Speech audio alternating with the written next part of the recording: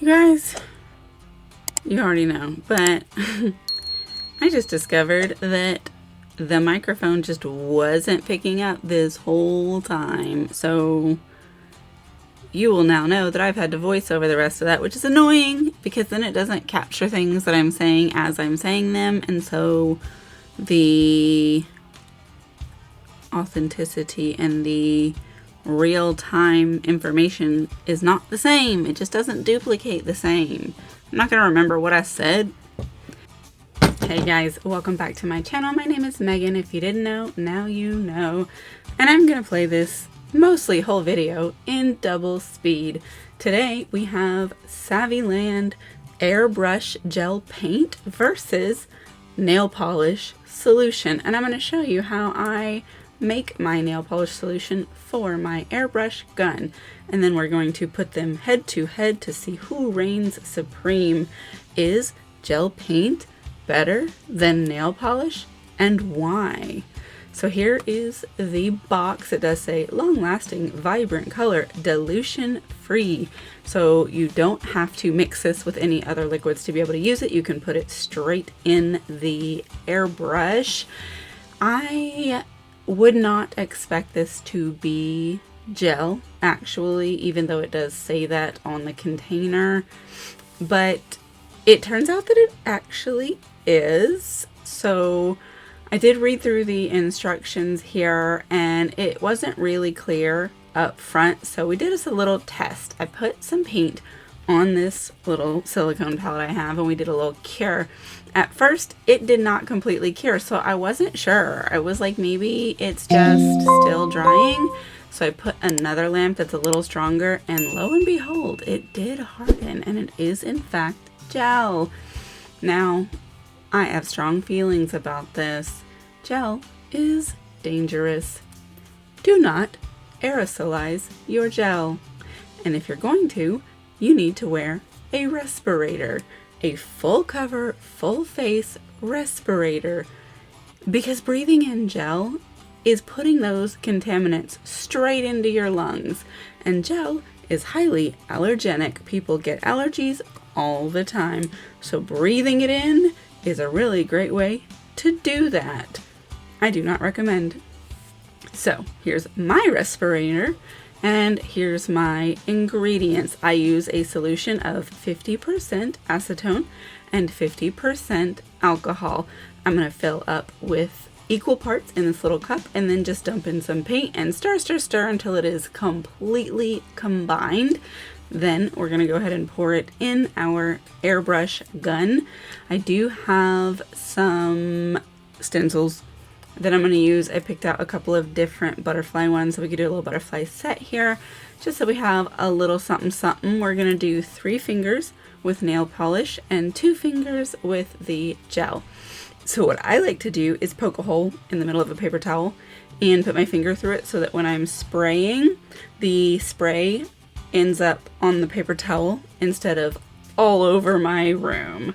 I do also do a little test before I start onto a paper towel just to make sure it is coming out and there's not any sort of issues. When you start spraying it on there, you may not notice right away. It does start out very faint, very light, but you are able to build this up. And because of the solution that I use, it dries very quickly. So you can spray a little bit on and then just give it a few seconds and the liquids will evaporate, leaving the paint behind. And so that is how you're able to build it up without it getting runny. You do want to be careful removing your finger from that hole though, so that you're not scraping your paint and making it look a little bit streaky. Do make sure that you refirm your decals. They don't really love to stick to your nails, so they'll start to peel up around the edges, but just go ahead and push them back down before you start spraying. That way you get your nice clean lines that you are wanting to get. So I am trying to do a bit of a different spray pattern on each nail, so more spread out on some, more concentrated in the center, on others more up and down, just to see a bit of a different variety of how it could look depending on application style.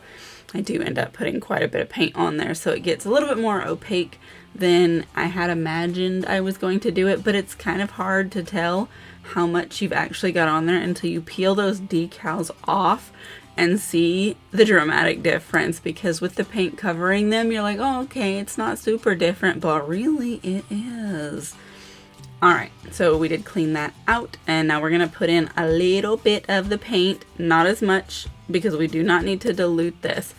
And this one actually goes on really fast. I was not expecting that. I was expecting more of a buildup, but you really just get a little ch-ch-ch, and it's covered the whole nail.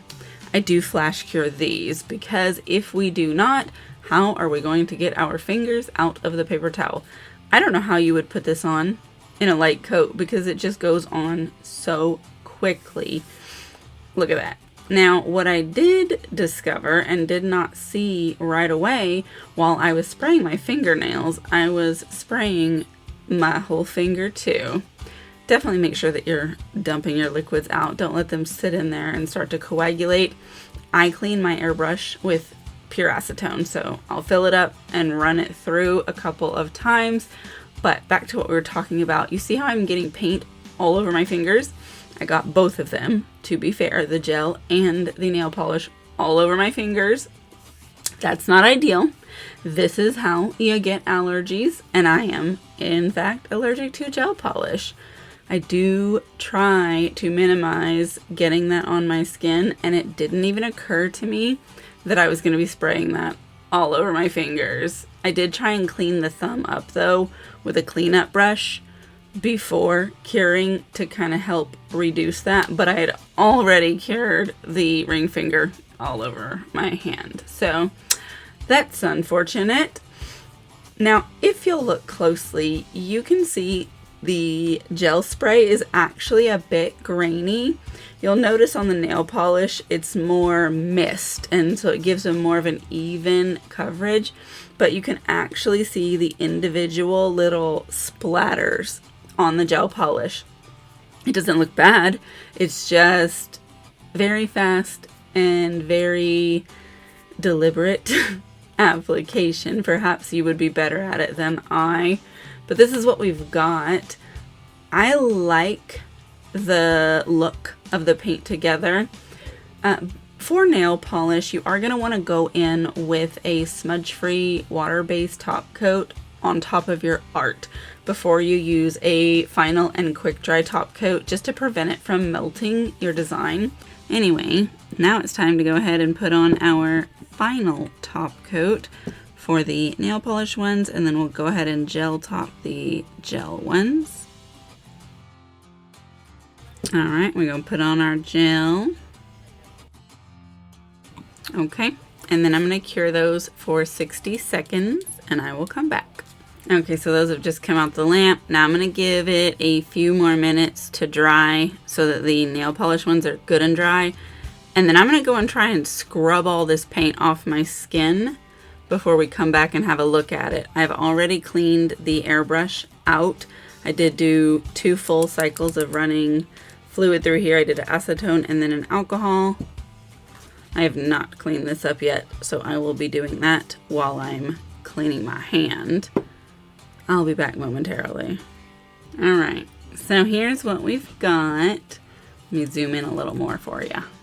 There we go. So what do you think? Which one is your favorite? Would you say you like the finish of the gel or the nail polish better? Now I can tell you that the nail polish top coat was dry quickly enough with the gel polish curing in the lamp that I was able to go and scrub all the fingers exactly the same without damaging them. So that drying time is not significant. Yeah, that's what we got. Thank you so much for watching this video, especially if you made it to the end. I definitely appreciate you. Definitely make sure that you're subscribed so you're not missing my videos or any other content. Do consider joining the channel membership. Check out the different levels and the perks that come with it. And if any of those seem like something you'd be interested in, absolutely join me. I would love to have you. Hit the like button if you like this video. The algorithm thanks you, and so do I. Let me know what you think of airbrush paint, nail polish. Do you have an airbrush? Do you like to use it? What kind of liquids do you put in it? Do not aerosolize your gels. If you do, wear a respirator. You do not want to breathe that stuff. I'm frankly surprised that my skin is not itchy yet. I try to minimize my contact that I get from gel, and so that definitely helps, but you don't want to mess around because I've seen some pretty wild stuff. But that's it. This is a short one. I will see you in the next video. Goodbye.